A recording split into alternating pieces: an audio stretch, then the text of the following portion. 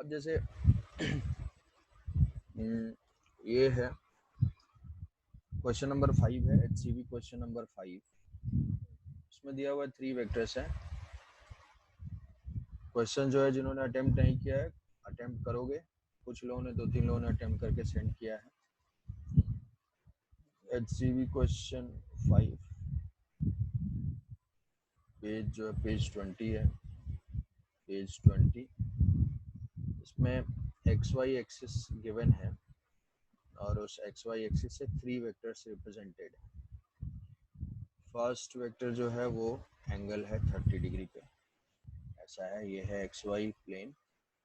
इस XY plane में एक वेक्टर है ये 30 डिग्री।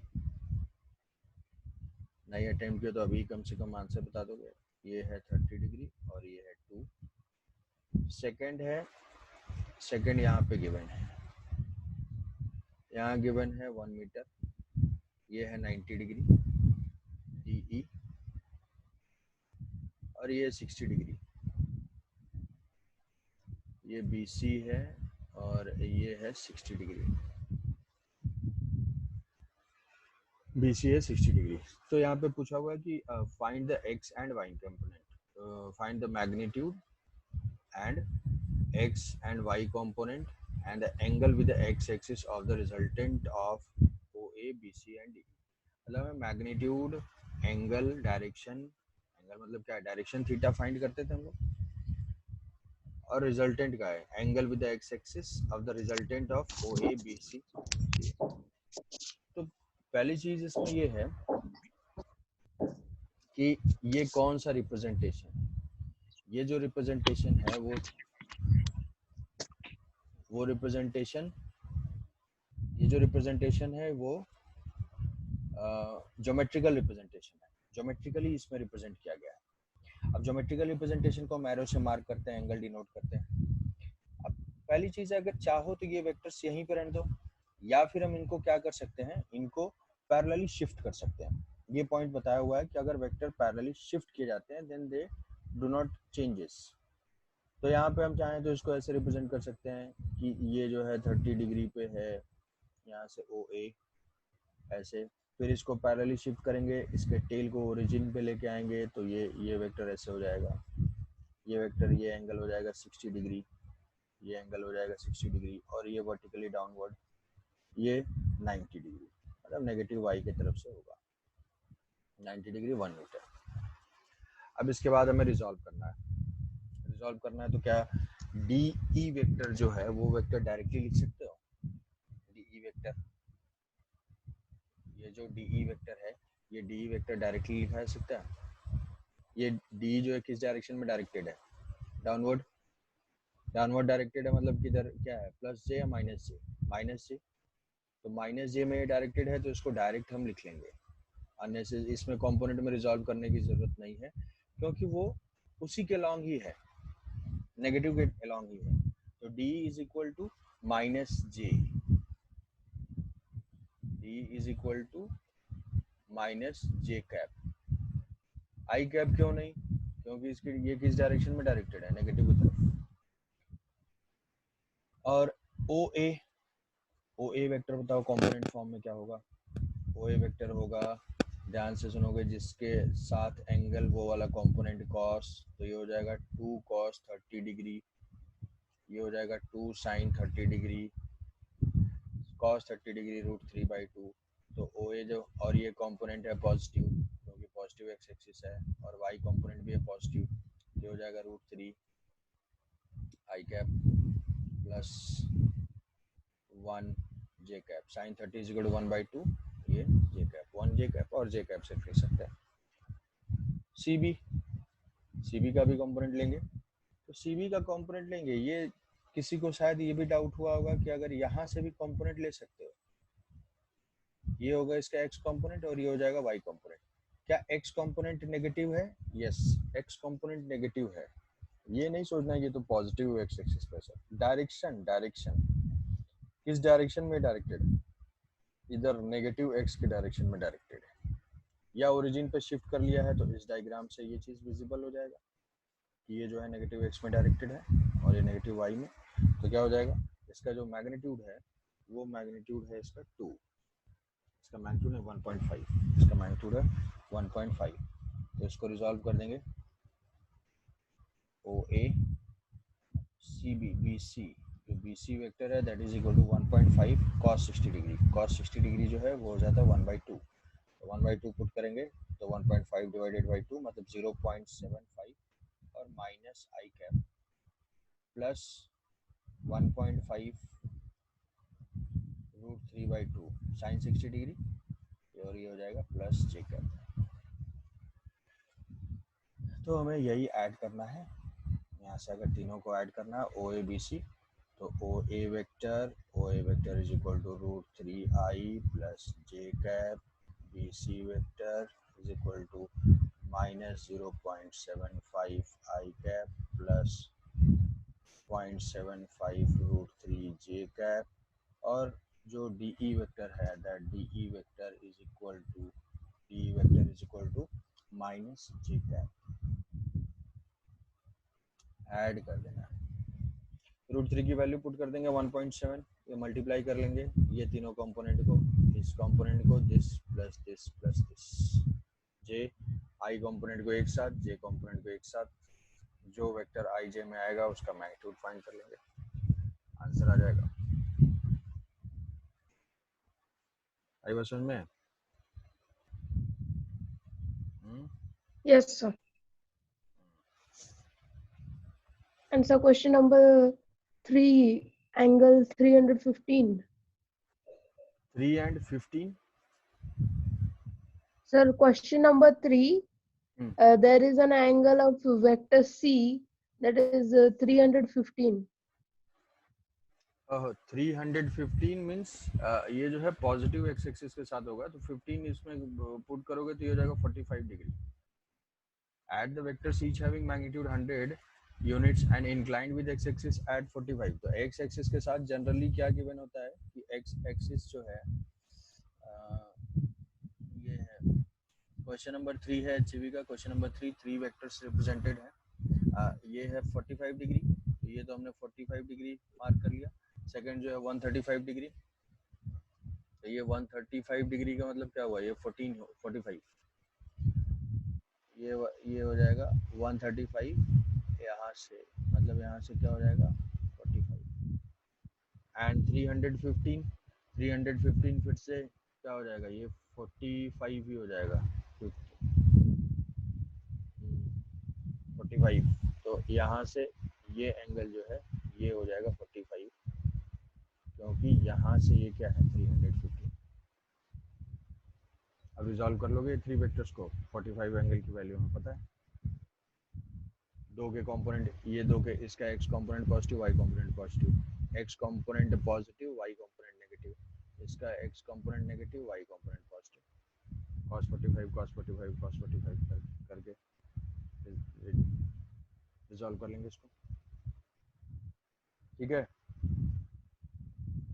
ये आई थिंक हो गया होगा ना? Yes, sir. Thank you, sir.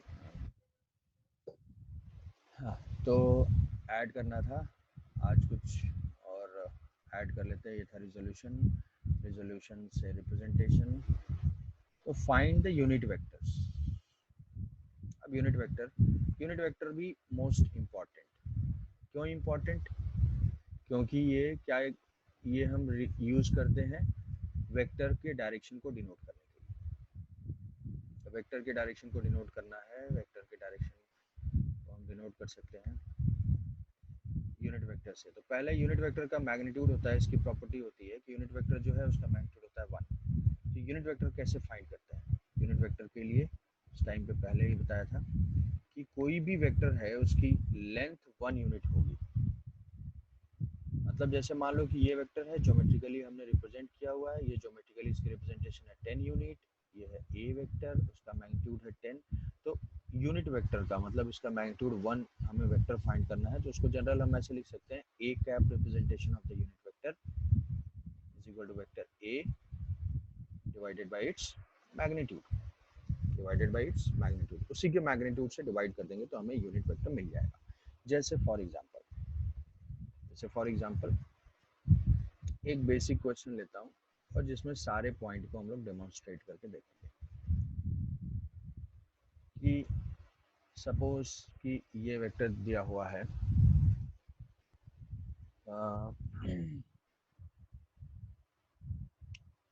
Vector a is equal to आई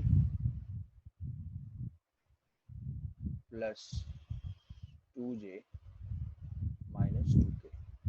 अब ये तीनों कंपोनेंट हमने ले लिया, इसकी कोई डायरेक्शन होगी, ऐसे डायरेक्शन होगी। अब हमें फाइंड करना है, find a unit vector which is parallel to a, पहला, और दूसरा होगा एंटी पैरेलल टू ए। ये फाइंड करना है, पैरेलल टू ए और anti parallel to A. Parallel to A मतलब ए की डायरेक्शन में, एंटी पैरेलल मतलब उसके अपोजिट डायरेक्शन में। तो पहले इसमें हम मैग्नीट्यूड फाइंड कर लेते हैं। What is the magnitude? इसका जो मैग्नीट्यूड होगा, मैग्नीट्यूड हो जाएगा square root of x square y square plus z square. ये हो जाएगा मैग्नीट्यूड किसी भी वेक्टर का। यहाँ पे एक्स वाई जेड कॉम्पोनेंट है 1 2 और -2। यहाँ पे ये हो जाएगा 1 का स्क्वायर प्लस 2 का स्क्वायर प्लस -2 का स्क्वायर, नेगेटिव स्क्वायर करने से हो जाएगा पॉजिटिव। ये आ जाएगा 3, 4 + 4 + 1 9, 9 का स्क्वायर रूट 3। तो ये हुआ मैग्नीट्यूड। अब यूनिट वेक्टर, तो ये तो एक वेक्टर है जिसकी लेंथ 3 यूनिट्स है, तो हमें क्या करना है, उसका 3 से डिवाइड कर देना है, तो वो वेक्टर रिड्यूस हो जाएगा। तो यहाँ से unit vector is equal to I plus 2j minus 2k, this is vector divided by its magnitude, whole divided by. तो होल डिवाइड करेंगे तो इंडिविजुअल कंपोनेंट्स डिवाइड हो जाएंगे, तो उसको हम ऐसे फिर से लिख सकते हैं 1/3 I cap plus 2/3 j cap minus 2/3 k cap is the unit vector which is parallel to vector A. What is the anti-parallel vector? अब ये है यूनिट वेक्टर। यूनिट वेक्टर की प्रॉपर्टी क्या होती है? इसका मैग्नीट्यूड 1 होता है। तो मैग्नीट्यूड 1 होता है तो हम एक बार चेक कर लेते हैं कि क्या इसका मैग्नीट्यूड 1 है। इसका मैग्नीट्यूड देखते हैं, तो ये हो जाएगा 1/3 का होल स्क्वायर। ये एक वेक्टर हमने लिखा 1/3 का होल स्क्वायर प्लस 2/3 का होल स्क्वायर प्लस 2/3 का होल स्क्वायर।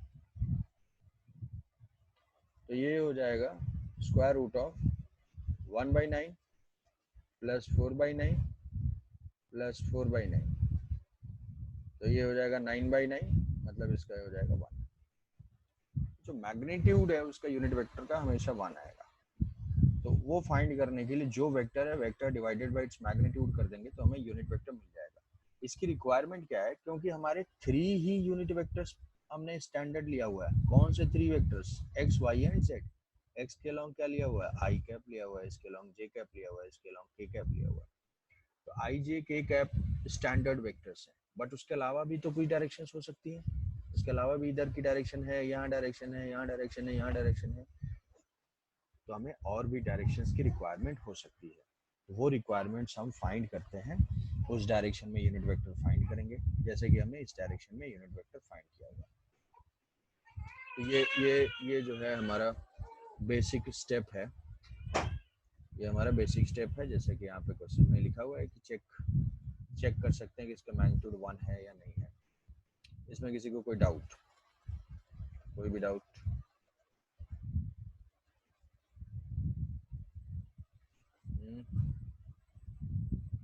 हाँ सर, अगर सर हम यूनिक वेक्टर को सर यहाँ पे with respect to i cap J cap and k cap represent कर रहे हैं, तो सर हम अपना भी एक ले सकते हैं। सपोज हम ले लिए एम कैप, सपोज हम ले लिए ए कैप, सर ऐसे भी हम खुद से भी लेके कर सकते हैं।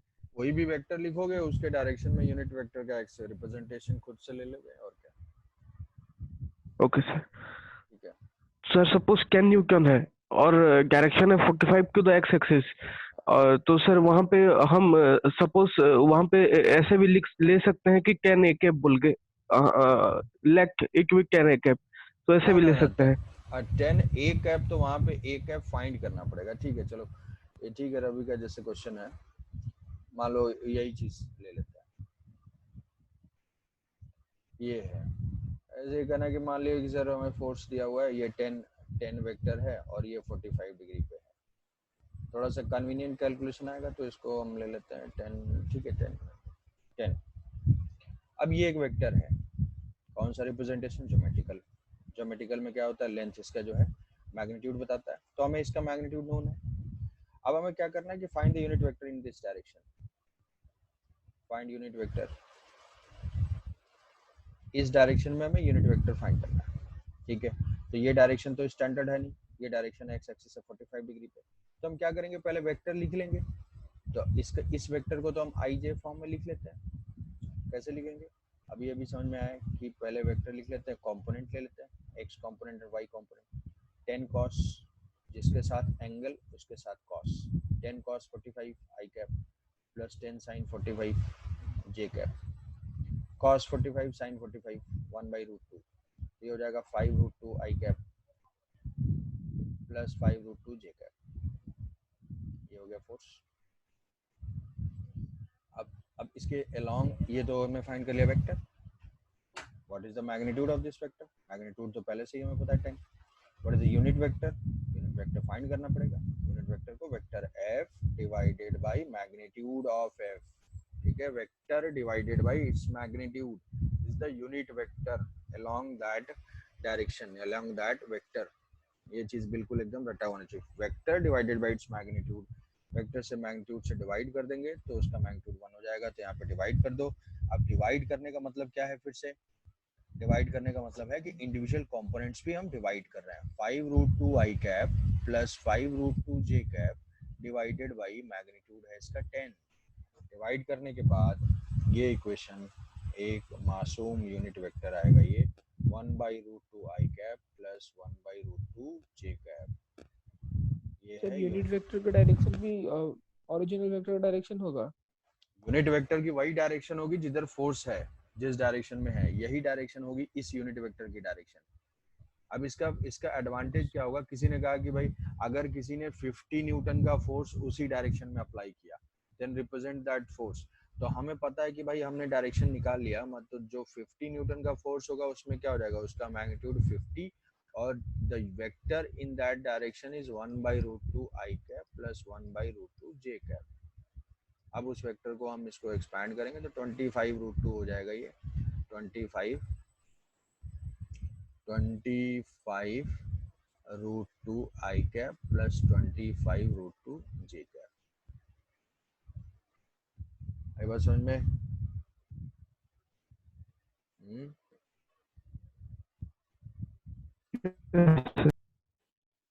यूनिट वेक्टर फाइंड कर लो। यूनिट वेक्टर फाइंड करना मोस्ट इम्पोर्टेंट है, क्वेश्चन आएगा जरूर, आता है, और इसको हर चैप्टर में हम लोग यूज भी करते हैं। जिस डायरेक्शन में तुम्हें वेक्टर लिखना है उस डायरेक्शन में यूनिट वेक्टर फाइंड करो।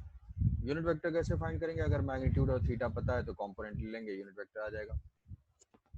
जैसे प्रैक्टिस करने के लिए कुछ इसमें एग्जांपल्स लिए हुए हैं कि vector a is equal to I plus vector a is equal to I plus 2j plus 2k। जैसे मान लो ये क्वेश्चंस तो तुम्हारे पास है ही, कुछ अलग एक दो एग्जांपल्स ले लेते हैं, इसको सॉल्व करोगे अगर कुछ सीखना चाहते हो तो, और नहीं तो आलसी की तरह से रहना चाहते हो तो रहो।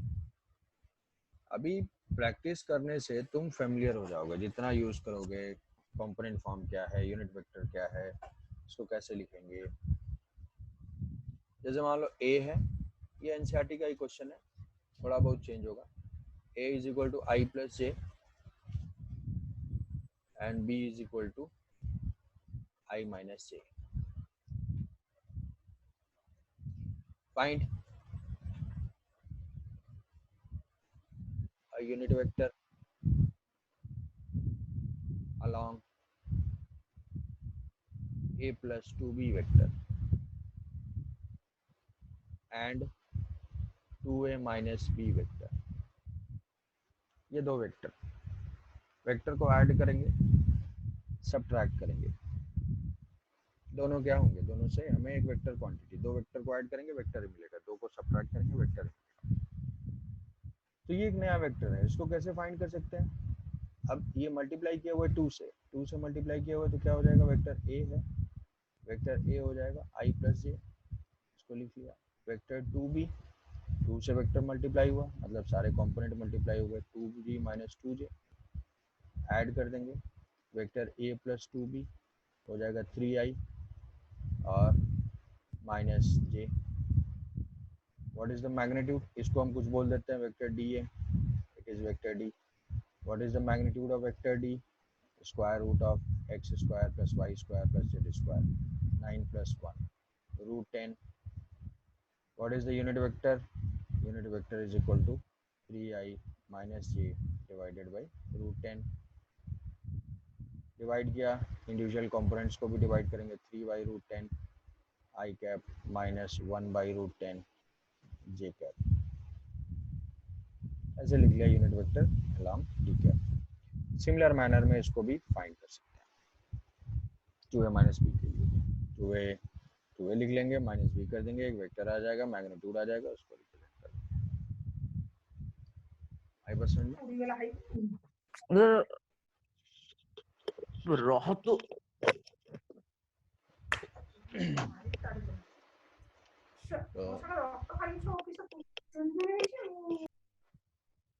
तो ये होगा, यहाँ पे यहाँ से यूनिट वेक्टर हम फाइंड कर लेंगे। सर बताओ। सर बोलो। सर मैं फिर भी सर यूनिट वेक्टर हमारे अनुसार यूनिट वेक्टर निकालने का मैं एप्लीकेशन समझ में नहीं आया, मैं क्यों करते हैं? क्यों करते हैं? हाँ मतलब इसका एडवांटेज क्या है? एडवांटेज है इसकी डायरेक्शन को डिनोट करने के लिए। एडवांटेज जो है इसका समझ में आ जाएगा, जैसे मान लो कि किसी ने कहा कि भाई वेक्टर फॉर्म में लिखो। अब वेक्टर फॉर्म में क्यों लिख रहे हैं, क्योंकि वेक्टर को हमें ऐड करना है, सब्ट्रैक्ट करना है, आई जे में ऐड करना सब्ट्रैक्ट करना ईजी है तो आई जे में लिखना पड़ेगा। अब वेक्टर लिखने के लिए तो ये तो हमने 3 डायरेक्शन लिया हुआ है ना आई जे के लिए, आई जे के लिए। अब कोई बोला कि मान लो एक वेलोसिटी, एक कार है वो मूव कर रही है इस डायरेक्शन में 20 मीटर पर सेकेंड से, तो हम उस कार की वेलोसिटी लिख लेंगे v1 is equal to 20 i cap. यहाँ पे ये आई कैप क्या है, यूनिट वेक्टर है। क्यों यूज किया, क्योंकि ये डायरेक्शन बता रहा है। डायरेक्शन कैसे बता रहा है, कोई भी पढ़ा लिखा रहेगा उसको समझ में आ जाएगा, उसको बताओगे कि इसकी वेलोसिटी है 20 आई कैप, तो इसका मतलब वो ये निकालेगा कि अच्छा 20 मीटर पर सेकेंड है और पॉजिटिव एक्स के डायरेक्शन में जा रहा है। क्योंकि ये वेक्टर क्वांटिटी है, इसका मैग्नीट्यूड भी इंपॉर्टेंट है, डायरेक्शन भी इंपॉर्टेंट है। बट अगर मान लो कि कोई 45 डिग्री पे जा रहा है, इधर 45 डिग्री पे 20 से जा रहा है, तो इसकी वेलोसिटी को हम कैसे लिखेंगे, 20 मैग्नीट्यूड तो हमें नोन है, डायरेक्शन क्या होगी इसकी, आई बात समझ में? Yes sir yes sir. तो वो डायरेक्शन के लिए हम यूनिट वेक्टर फाइंड करते हैं। और क्यों यूनिट वेक्टर फाइंड डायरेक्शन के लिए यूज करना पड़ता है, क्योंकि डायरेक्शन तो 3 स्टैंडर्ड है एक्स वाई जेड, उसके अलावा कितने पॉसिबल हैं, इनफाइनाइट। ठीक है, इसलिए हमारे पास उन सारे केसेस के लिए सोल्यूशन है, यूनिट वेक्टर फाइंड करेंगे, वो सब यूटिलिटी आगे समझ में आएगी जब यूज करोगे इसको हर प्रॉब्लम में। ठीक है, तो और सर जब सर लिखना है हमें, सर यहाँ पे v1 is equal to 20 i cap sir है, तो सर यूनिट जब लिखना है आई कैप के बाद लिखेंगे सर, मीटर पर सेकंड हो गया, मीटर पर सेकंड स्क्वायर हो गया। यूनिट के लिए यहाँ पे ऐसे मेंशन कर दोगे 20 आई कैप मीटर पर सेकंड।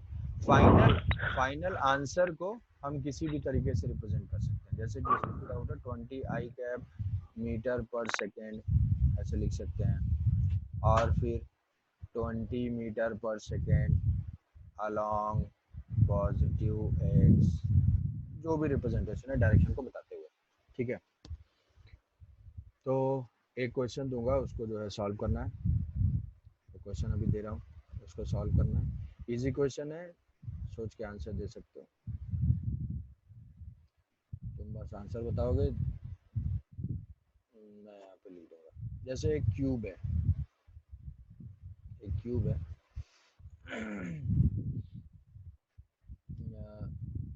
ये है हमारा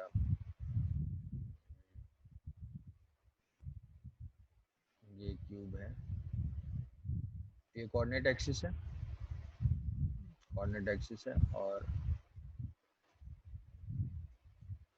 ये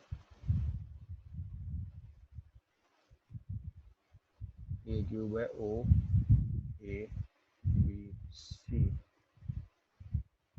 डी ई एफ जी। ठीक है, ये जो है ये क्यूब है। अब हमें ये बताना है, मुझे ये बताओगे कि इस क्यूब के साइड की जो लेंथ है वो है ए, साइड की लेंथ है तो सारे इक्वल होंगे, ये है एक्स एक्सिस, ये वाई एक्सिस, ये है जेड एक्सिस। तो पहले मुझे ये बताना है कि what is the coordinate of E. छोटे छोटे क्वेश्चन पूछूंगा, उसका आंसर बताते जाओगे। कोऑर्डिनेट ऑफ ई,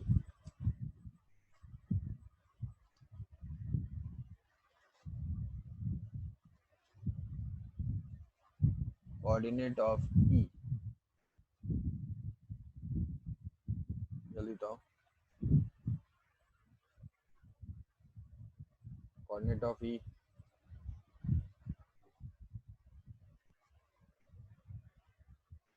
आंसर दो जल्दी।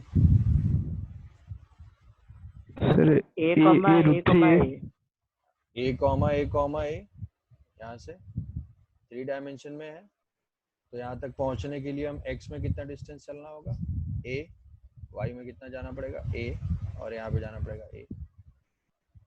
तो e का जो कोऑर्डिनेट होगा, e का coordinate a comma a comma a। Now find OE vector,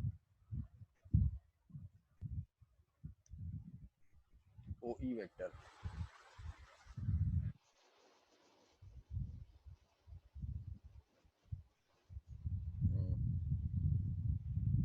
बताओ वेक्टर OE।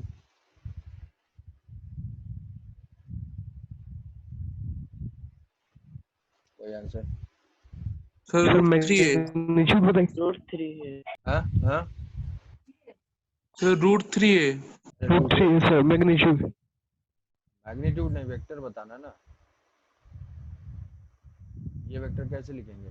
कोऑर्डिनेट अगर हमें गिवन है तो this I cap, J cap, K cap, तो ये क्या हो जाएगा? X component A I cap, A J cap plus A K cap. कोई डाउट? तब ये हमारा वेक्टर है, इसका कोऑर्डिनेट है ए ए ए, और इसका कोऑर्डिनेट ओ ए जो है 0 0 0। तो वेक्टर कैसे लिखेंगे? यही तो हो जाएगा। यहाँ से देखो, ये 3 डायमेंशन में, इसलिए मैं बोला था इसको सोचते रहना, आंसर बताते रहना। ओ ई ए I cap, A J cap, A K cap, ये होगा। करेक्ट है? बोलो या सुनो।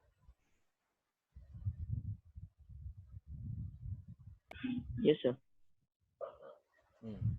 तो what is the unit vector along OE? What is the unit vector?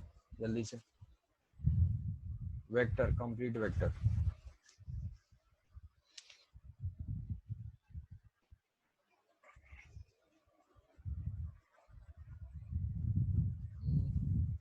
जल्दी, यूनिट वेक्टर के लिए फाइंड करना होगा मैग्नीट्यूड। मैग्नीट्यूड बताओ कोई।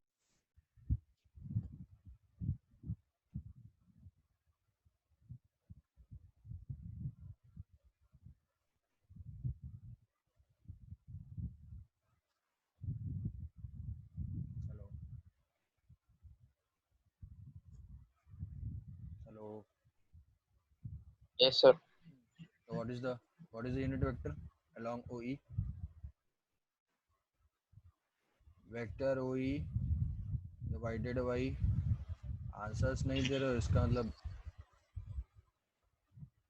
कई लोग टेंशन में लग रहे हैं। A I sir I by root 3, J by Sir, root I 3 के बारे में रूट 3। हाँ ठीक है, डिवाइडेड बाई रूट 3a यहाँ से हर कंपोनेंट को डिवाइड करेंगे, a बाई रूट थ्री है वो हो जाएगा 1 by root three i cap plus 1 by root three j cap plus 1 by root three j cap. ठीक है, तो कोई मुझे आंसर ये बता सकता है what is the unit vector along OD? Final answer, what is the unit vector along OD?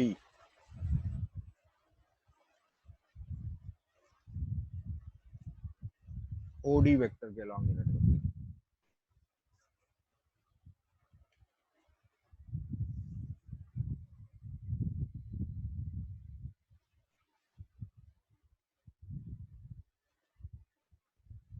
One by root two A 1 by root 2 j cap plus 1 by root 2 k cap 1 by root two 1 by root 2 I 1 cap by 1 by root 2 K cap 1 by root 2 j cap 1 by root 2 j cap plus 1 by root 2 k cap 1 by root two j cap plus 1 by root two k cap. तो हाँ ठीक है, पहले coordinate लिखेंगे, ये point जो है वो YZ प्लेन में है, x कंपोनेंट है उसका 0, तो यहाँ पे हो जाएगा, यहाँ उसका कंपोनेंट हो जाएगा 0, a, तो कोऑर्डिनेट जो D का है वो हो जाएगा 0, a, पहले कोऑर्डिनेट लिख लिया, वेक्टर अगर नहीं गिवन है उस कोऑर्डिनेट से वेक्टर लिख लिया, वेक्टर हो जाएगा 0 है ये, तो सिर्फ ये a j cap plus a k cap, फिर इससे मैग्नीट्यूड फाइंड कर लिया, मैग्नीट्यूड फाइंड किया तो ये आ जाएगा a square plus a square, ये हो जाएगा रूट 2a। इससे जो है यूनिट वेक्टर फाइंड कर लिया। यूनिट वेक्टर में कुछ करते नहीं है, वेक्टर को उसके मैग्नीट्यूड से डिवाइड कर देते हैं, वेक्टर से डिवाइड कर दिया, ये हो जाएगा a j cap plus a k cap divided by root 2a। Divide करने के बाद a कैंसिल आउट हो जाएगा, फाइनल जो आंसर आएगा इसका 1 by root 2 j cap plus 1 by root 2 k cap. ठीक है, ऐसे लिखना है, कुछ नहीं करना है, बिल्कुल मैकेनिकल प्रोसेस है, बहुत ही बेकार प्रोसेस है, स्टैंडर्ड प्रोसेस है, स्टेप बाय स्टेप रिपीट करना है, यूनिट वेक्टर फाइंड कर लेना है। किसी को इसमें कोई भी कंफ्यूजन है तो बताओ अभी तक।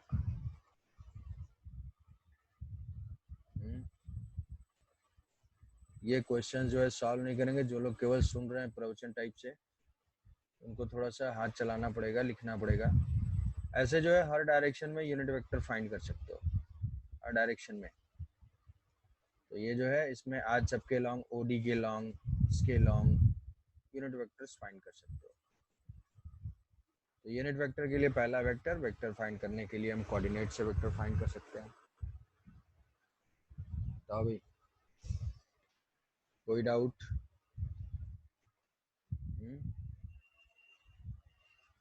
No sir. ठीक है, तो एक बार रिकैप कर देता हूँ टोटल। नेक्स्ट क्लास में हम लोग ये प्रोडक्ट स्टार्ट करेंगे, प्रोडक्ट ऑफ वेक्टर्स क्या होते हैं, ये लास्ट सेक्शन होगा हमारा वेक्टर का। उसके बाद फिर फाइंड करेंगे जो भी चीज़ें हैं यहाँ से, प्रोडक्ट के बाद फिर डिफरेंशिएशन, इंटीग्रेशन, ये सारी चीज़ें हैं। ये बेसिक मैथ वाली क्लासेस अभी चलेंगी। डिफरेंशिएशन, इंटीग्रेशन एज सच बहुत ही बड़े टॉपिक है, बट इसमें फिर से हम लोग उतने तक ही रेस्ट्रिक्ट करेंगे जिससे कि हमारा फिजिक्स में यूटिलाइज हो जाए, उससे ज़्यादा नहीं। तो जो है कि ऐसा नहीं पढ़ना है कि सर ये तो इससे होगा वैसे होगा, ये डिफरेंशिएशन इंटीग्रेशन मैथ का एरिया है जो कि अपने आप में ही एक चैप्टर्स हैं कई सारे इसमें, और वो टाइम लेता है। हम लोग यहाँ पढ़ने का लॉजिक ये है कि उसको फिजिक्स में अप्लाई करेंगे नेक्स्ट चैप्टर में, काइनेमेटिक्स में, तो वहाँ पे हम लोग उसको यूज़ कर सकें। तो visualisation, physical meaning, physical interpretation important है। तो अभी तक जो है वेक्टर, वेक्टर के टाइप्स, वेक्टर के कितने कितने टाइप्स है, उसमें से इम्पोर्टेंट है unit vector, position vector, displacement vector, उसके बाद फिर वेक्टर को ऐड करना,